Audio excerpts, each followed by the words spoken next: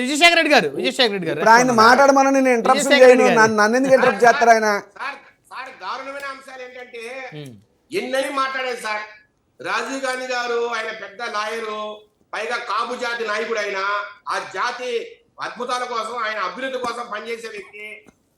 ఒక జాతి నాయకుడిని మేము మధ్యలో ఇంటరప్ట్ చేయడం సారీ సార్.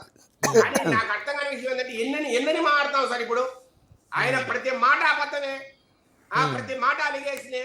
ఎన్ని రాసుకొని ఎన్ని మాట్లాడాలి సార్ ఇంటరప్షన్ చేయకుండా? సార్ నాకు అర్థం కాని విషయము, ఒక వ్యక్తిని రిమాండ్ పంపించేటప్పుడు, ఒక సిఐనో లేకపోతే ఒక వ్యక్తిని రిమాండ్ పంపించేటప్పుడు ఆ వ్యక్తి గురించి రాసి పంపిస్తారా? రిమాండ్ రిపోర్ట్ లో దాంట్లో ఒక 30 మంది ఇన్వాల్వ్ అయ్యారని రాసి పంపిస్తారా సార్?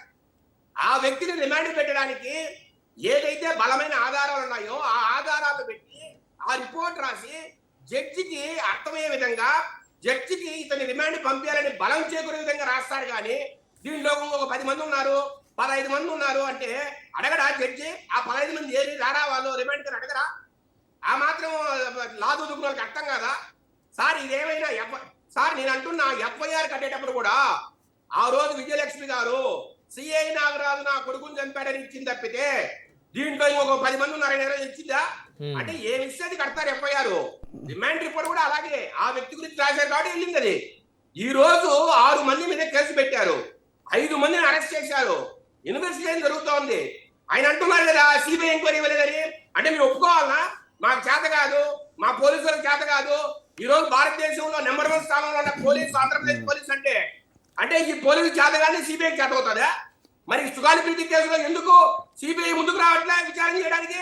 మా దగ్గర స్టాఫ్ లేరు, మా దగ్గర ఇబ్బంది ఉంది, దీంట్లో మాకు సరైన ఆధారాలు కనపట్లేదు, లేదంటే లీగల్ కండిషన్స్ దీంట్లో అవసరం లేదు మా పాత్ర అని ఎందుకు మాట్లాడుతుంది సిబిఐ? అంటే మీకు నచ్చితే సిబిఐ కావాలి, నచ్చకపోతే మరి సుగాలి ప్రీతి కేసులో మీరు సిబిఐకి ఇలా 5 సంవత్సరాలు ఎలగబెట్టారు అధికారాన్ని. మీరు సిబిఐకి ఎందుకు అప్పగించారు? ఆ రోజు 5 సంవత్సరాలు ఇలాంటి కేసులు ఎన్నో వచ్చాయి. అమర్నాథ్ గౌడ్ కలిసి చెప్పారు, మరి 5 సిబిఐకి ఇలా. చంద్రయ్యను గొంతు కోసి చంపారు, అప్పుడు ఎందుకు సిబిఐకి ఇలా? ఆ రోజు డిమాండ్ చేయాలా తెలుగుదేశం పార్టీ? ఏ రోజైనా ఒక్కదాన్ని సిబిఐకి ఎంక్వైరీకి ఇచ్చారా? మీరు మాట్లాడతారు, సిగ్గుండాలి సార్. 2019 నుంచి 24 వరకు మీరు పెట్టిన కేసులన్నీ యాక్ట్ 30 ఎక్కడి నుంచి వచ్చిందండి? ఎప్పుడో బ్రిటిష్ కాలంలో వాడిన ఒక యాక్ట్ 30ని మీరు కదా బూజు దులిపింది, మీరు కదా అరెస్ట్ చేసింది, మీరు కదా ప్రజల్ని, కార్మిక సంఘాలని, ఉద్యోగ సంఘాలని ఇబ్బందులు పెట్టింది. అసలు జగన్మోహన్ రెడ్డి గారికి ఫలించే హక్కు ఉందా? మీరు మళ్ళీ చంద్రబాబు నాయుడు గారిని, పవన్ కళ్యాణ్ గారిని మాట్లాడతారు. ఎక్కడి నుంచి వచ్చిందండి? గాదే సాయికృష్ణ కేసులో సార్, ఒకటి అతను ఒక రౌడీ స్టేటర్, తప్పులు చేశాడు, 2 నాన్ బెయిలబుల్ వారెంట్లు ఉన్నాయి, 2 నాన్ బెయిలబుల్ వారెంట్లు ఉన్నాయి. ఆ వారెంట్ కు సంబంధించి అతను అరెస్ట్ చేయాలి. టాస్క్ ఫోర్స్ వెళ్ళింది, తీసుకొచ్చింది, అప్పగించిన పోలీస్ స్టేషన్ లో. తర్వాత ఏదైతే జరిగిందో అది అందరం ఖండిస్తున్నాం. వర్గాలకు సంబంధం లే, సామాజిక వర్గాలకు సంబంధం లే, కులాలకు సంబంధం లే, పార్టీలకు సంబంధం లే, మనిషి ప్రతి వాడు ఖండిస్తాడు. లాకప్ డెత్ కూడా సమర్థించట్లే. ఒకసారి లాకప్ డెత్ అయిన తర్వాత, అతన్ని చంపేసిన తర్వాత అతన్ని ఎలా మాయం చేశారు, ఎలా కాల్చారు అనేది ఖచ్చితంగా బయటికి రావాల్సిందే. ఎవరు తప్పు పట్టలేదు దాన్ని. నేనంటున్నా, ఆ స్టాండ్ మీద ఉన్నారా? అంటే ప్రభుత్వంలో ఉన్న పార్టీలు కూడా ఆ స్టాండ్ మీద బలంగా ఉన్నారా? ఖచ్చితంగా ఏం జరిగిందో లాకప్లో బయటికి తెలియాలని. బ్రహ్మనాయుడు గారు, మీరు కూడా మంచి జర్నలిస్టు, మీరు జర్నలిస్ట్ గా పనిచేసే కాలంలో ఏ రాష్ట్రంలోనైనా ఒక సిఐని హత్యా నేరం కింద, ఒక లాకప్ కేసులో హత్యా నేరం కింద జైలుకు పంపించే చరిత్ర ఏ రాష్ట్రంలో చూసారా? చెప్పండి సార్, ఓపెన్ డిబేట్. ఏ రాష్ట్రంలో అయినా ఒక ప్రభుత్వం ఒక సిఐని జైలుకు పంపించిన చరిత్ర ఈ రోజు ముఖ్యమంత్రి గారి ఆధ్వర్యంలో, పవన్ కళ్యాణ్ గారి ఆధ్వర్యంలో ఈ రోజు జరుగుతుంది ఆంధ్రప్రదేశ్ లో. తమిళనాడులో లాకప్ డెత్, తండ్రి కొడుకులను లాకప్ డెత్ చేసిన కేసులో 9 మంది పోలీసు అధికారుల్ని ఉరిశిక్ష చేసింది కోర్టు. అక్కడ నేను అంటున్నా, అక్కడ ప్రభుత్వం ఇలా సార్ 10 సంవత్సరాల తర్వాత సుప్రీం కోర్టు ఇచ్చిన అక్కడ ప్రభుత్వం ఇలా. అదే ఇక్కడ ప్రభుత్వం సీరియస్ యాక్షన్ తీసుకుంది, అక్కడ ప్రభుత్వాలు డిలే చేసి కోర్టు కేసు పెడితేనే కదండి కోర్టు వరకు వెళ్ళేది. సార్ ఇక్కడ హత్యా నేరం కింద కేసు పెట్టాం. ఎవరు అడిగారు మమ్మల్ని? అడిగారు హత్యా నేరం కింద కేసు పెట్టమని? మేమే పెట్టాం. జగన్మోహన్ రెడ్డి అక్కడ పరామర్శ వెళ్తే పెట్టామని మాట్లాడతారు. జగన్మోహన్ రెడ్డి గారు వాళ్ళ ఇంటికి పోకముందే సిఐ నాగరాజు గారిని విఆర్కి పంపాం, సస్పెండ్ చేశాం, వాళ్ళ తల్లి గారిని కూడా స్టేషన్కి రమ్మని చెప్పాం. ఆ రోజు రాత్రి ఆమె వచ్చింది, ఆ రోజు రాత్రి హత్య నేరకల కేసు పెట్టాం. ఆ తర్వాత పరిణామాలని మీకు తెలుసు. ఈరోజు జైలుకి పంపాం. సార్ అంతెందుకు సార్, సిట్టు దర్యాప్తుకు 7 రోజుల కస్టడీ అడిగితే, 7 రోజులు 8 రోజుల కస్టడీ అడిగితే దానికి రకరకాల కండిషన్లు పెడితే కోర్టు ఈరోజు హైకోర్టుకి వెళ్ళాం. ఈ కండిషన్ మాకు నా ఒప్పుకోము, ఇలాంటి కండిషన్లతో మేము అతను విచారణ చేయలేము అని ఈరోజు స్ట్రిక్ట్ హైకోర్టులో పిటిషన్ వేసింది. దాని మీద విచారణ జరుగుతోంది. ఇంతకన్నా పారదర్శకంగా ఏ రాష్ట్ర ప్రభుత్వం అయినా ఈ దర్యాప్తు చేయగలదా? నేను అడుగుతున్నా సూటిగా. దర్యాప్తు విషయంలో ఖచ్చితంగా ప్రభుత్వం చొరవ చూపింది, బలంగా ముందుకు వెళ్ళింది, సిట్టు విచారణ వేసింది. ఇప్పుడు సిఐతో పాటు మరి కొంతమందిని కూడా విచారించారు, అరెస్ట్ చేశారు. పాటించలేము, మాకు తగినట్టే అతని విచారణ కావాలని చెప్పి ఈ రోజు హైకోర్టుకి వెళ్ళాం. నాకు తెలిసి ఈ రోజు రేపు దాని మీద తీర్పు వస్తుంది. నేనంటున్నా సార్ ఇంకొక మాట, ఈ మధ్య కాలంలో 3-4 రోజుల ముందరే సబ్ కలెక్టర్ కార్యాలయము ఒక నోటిఫికేషన్ ఇచ్చింది. ఏమని? జ్యుడిషియల్ ఎంక్వైరీ చేస్తున్నాం ఇదే కేసు మీద, ఎవరి దగ్గరైనా సాక్ష్యాధారాలు అంటే కొంతమంది డిబేట్ వచ్చి అటు తెంపారంట, బస్ స్టాండ్ లో పెట్టారంట, తర్వాత స్వర్గపురి ధామాన్ని తీసుకెళ్లారంట, తర్వాత బూడిదని తీసుకెళ్లి మిది మీద పెట్టారంట, అవి మాట్లాడతారు కదా.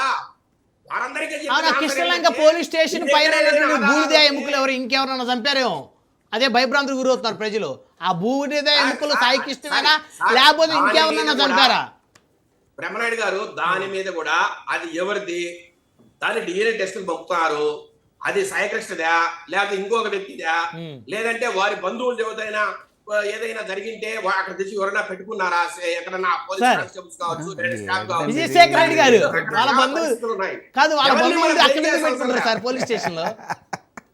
సార్ ఒక్కటి సార్, ఎవరైనా పోలీసులకు సంబంధించి వారి ఫ్యామిలీకి సంబంధించి ఏదైనా జరిగిండొచ్చు సార్. నేను పోలీసులు తప్ప ఒప్ప అది సాయకృష్ణదా కాదా అది ఓకే, పోలీసులు బంధువులు జరిగితే పోలీస్ స్టేషన్ మీద ఎందుకు పెట్టుకుంటారు సార్? అయినా సార్ ఎవరిదైనా సార్ ఒక్కటి సార్, ఇప్పుడు పోలీసులకు సంబంధించిన ఏదైనా సమస్యలు ఉంటే వారి పోలీస్ స్టేషన్ లో వారికి సంబంధించిన వస్తువులు పెట్టుకోరా?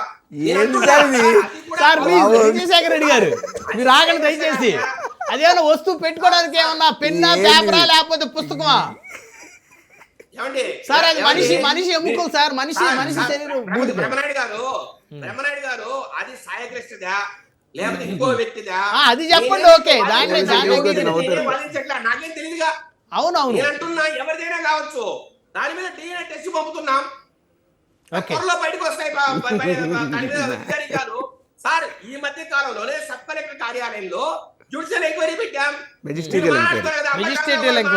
పేరు నాని గారు మాట్లాడతారు, అట్లాగే రకరకాల వ్యక్తులు మాట్లాడతారు కదా.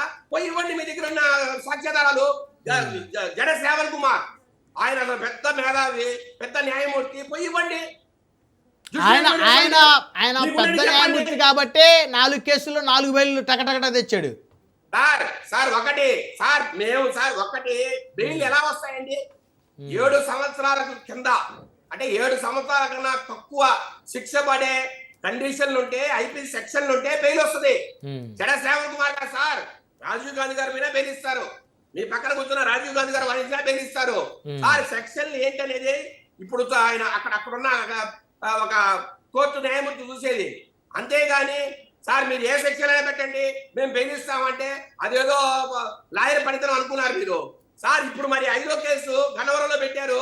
ఏ రకంగా అయితే హిందూయిజాన్ని తోలనాడాడు, ఏ రకంగా సార్ ఎప్పుడైనా చూసారా ఈ స్వతంత్ర భారతావనిలో? సార్ బ్రిటిష్ కాలంలో కూడా ఇంత దారుణంగా ఎవడు మాట్లాడా? సనాతన ధర్మం అంటే ఏంటి? సన్నా ప్లస్ తుల ధర్మమా? ఎప్పుడైనా విన్నారా మీరు? ఏ రోజు కన్నారా? ఎప్పుడైనా చూసారా?